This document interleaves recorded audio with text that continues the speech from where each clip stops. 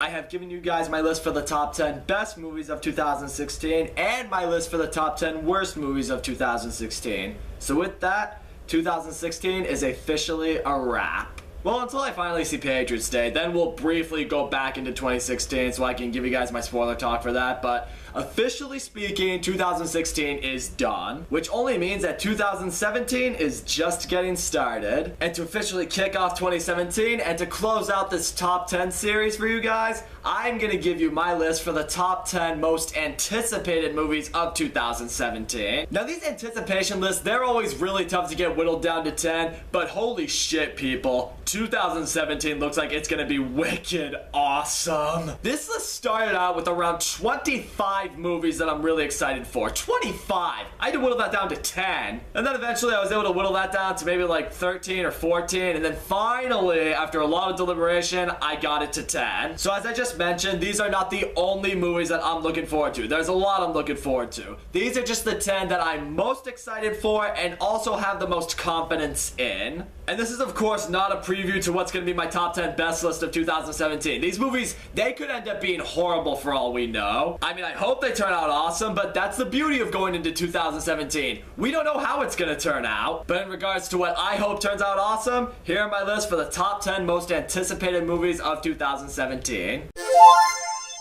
Starting off this list is the Lego Batman movie. I really loved the Lego movie. I thought it was a really great and really original animated movie. I really love the character Lego Batman, and now we get to see him in his very own standalone spin-off. This movie looks hilarious. I love the voice casting for each of these characters. Come on, Michael Cera as Robin? That's almost too perfect. I really believe this movie is gonna roll with what made the Lego movie so awesome, and I think this movie will be too. At number 9, we have Kong Skull Island. The Godzilla movie that came out in 2014, some people loved it, some people didn't really love it. I personally thought it was really awesome. So I'm really intrigued to see that they're trying to turn that into a franchise by bringing King Kong into the mix. I really love the cast for this movie. The movie looks like it's gonna look good visually. The trailer for this movie was sick. And above all, this movie gives me a lot of excitement in knowing that somewhere down the line, there's probably gonna be a King Kong versus Godzilla movie. So in other words, this could be a great movie that only leads to something greater. That's why it's on the list. At number 8, we have Logan. Logan is one of those movies that I'm really excited for, but also really sad about at the same time because it's Hugh Jackman's final movie as Wolverine. But that being said, this movie has me going in with a lot of questions. You know, what's going to become of Wolverine? Is he going to die? Is he just going to, ride off into the sunset? I also really want to know if this movie will lead into other X-Men movies that will come out later on, or if this is going to be a movie that kind of just stands back by itself. It's a movie I am so interested in, and I really truly hope Wolverine goes out with a bang. Staying with superhero movies for a second, at number 7 we have Thor Ragnarok. The only thing I really know about this movie is it revolves around Thor trying to figure out what happened to Odin at the end of Thor the Dark World. I really hope this movie explores more of the 9 realms. I cannot wait to see Loki again because Loki's just awesome. I'm also really interested to see how Thor and the Hulk work together in this movie. I also am wondering if Doctor Strange is going to play a prominent role in this movie. I'm also really interested to see how this movie plays into Infinity War. You all know how much I'm a fan of the MCU, and I really hope the final standalone Thor movie is one for the ages.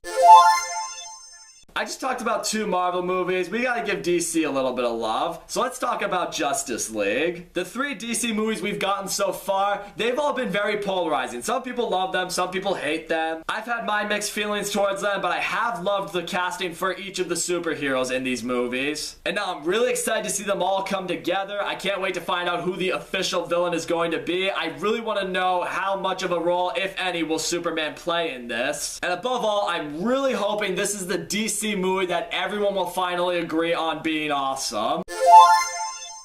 Movies that get released each year that are part of certain franchises, I can get really excited for. Certain directors releasing a movie each year, those can also get me really excited. Take Dunkirk, for example. Dunkirk is literally a movie I know absolutely nothing about. It's a war movie. That's all I know about it, based on a true story. So why is it on my list, and fairly high on my list? Because Christopher Nolan directed it. Christopher Nolan is easily one of my favorite directors, and what I'm very excited about is this is a very different movie genre for him. I mean, he's given us the Dark Knight trilogy, Inception, Interstellar. He hasn't given us something like this. I am so excited to see how he directs a war movie. I think it's going to be amazing.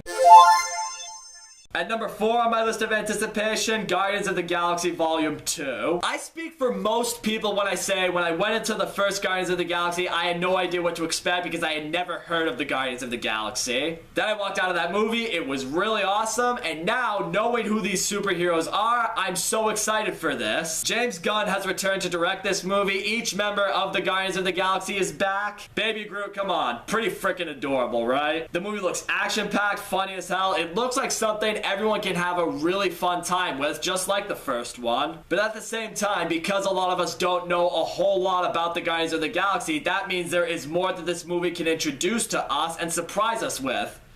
What else can you ask for? Well, yeah, we can all ask for a good movie for sure, but I have a feeling this movie's going to be.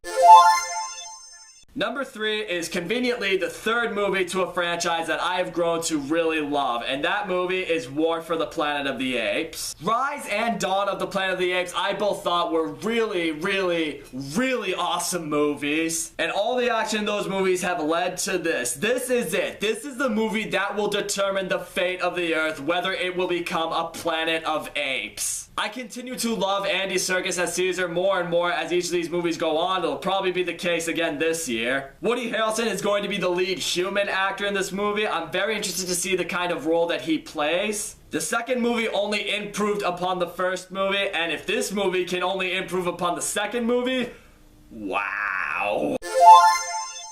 So number 1 and number 2 kind of had to flip back and forth a little bit between each other because 1, they're both part of something that was a huge part of my whole life since childhood, and 2, the movies that came out before these movies were each awesome and only got me more excited for these movies. But now I have the order that I feel I should put them in, and number 2 is SpiderMan Homecoming. Spider-Man has always been my favorite superhero, and I cannot say enough how much I loved Tom Holland as Spider-Man in Captain America Civil War. Now Spider-Man is getting his own standalone movie in the Marvel Cinematic Universe, and there's so many reasons to be excited about it. I mean, we have the best Spider-Man I've ever seen on the big screen. We have Michael Keaton playing the villain of this movie. We have Tony Stark mentoring Spider-Man. The trailer for this movie was just so awesome. It got me just so much more excited than I already was for this movie. And I am also very interested to see how this plays into the Marvel Cinematic Universe. Will it play into it very much, or is it going to be more of a standalone Spider-Man movie? Kind of like how Ant-Man was? Either way, I'm stoked as hell for this movie, and it just makes me so much more thankful that Sony allowed Spider-Man to be a part of the Marvel Cinematic Universe. Okay, so you all know what my number 1 is. You all probably knew what my number 1 was going to be. What can I say? I love Star Wars, and my most anticipated movie of 2017 is probably the same as most people's, and that is Star Wars Episode 8. Star Wars has been a part of my whole life. The original trilogy is something I hold so dear to my heart. After we got Star Wars The Force Awakens in 2015, it only renewed my love for Star Wars. Well, renewed I guess is the wrong way to put it because I've always loved Star Wars, but it made Star Wars feel special again, and now we get to see what the next chapter is going to be like in the sequel trilogy. Yes, The Force Awakens was very similar to the original Star Wars movie, but despite what some people thought, I didn't really see that as such a bad thing. It allowed new Star Wars fans to experience this movie as diehard Star Wars fans experienced the original Star Wars movie, and it provided great nostalgia for diehard Star Wars fans while also still giving us some different plot elements. And now that that's been done, I am hoping that Star Wars Episode 8 gives us something new and unique and exciting and different for Star Wars. The Force Awakens also ended with a lot of questions, but that's part of the excitement going into Episode 8. Kylo Ren will be back. His training will probably have been completed, so he'll be even more powerful than he already was. Finn's going to probably be a very big part of the Resistance. I really want to see if his friendship with Poe is going to grow even more in this movie. And above all, we will get to see Luke Skywalker train Rey to become the Jedi that she is destined to be. And I know me saying all that probably gave away most of The Force Awakens, but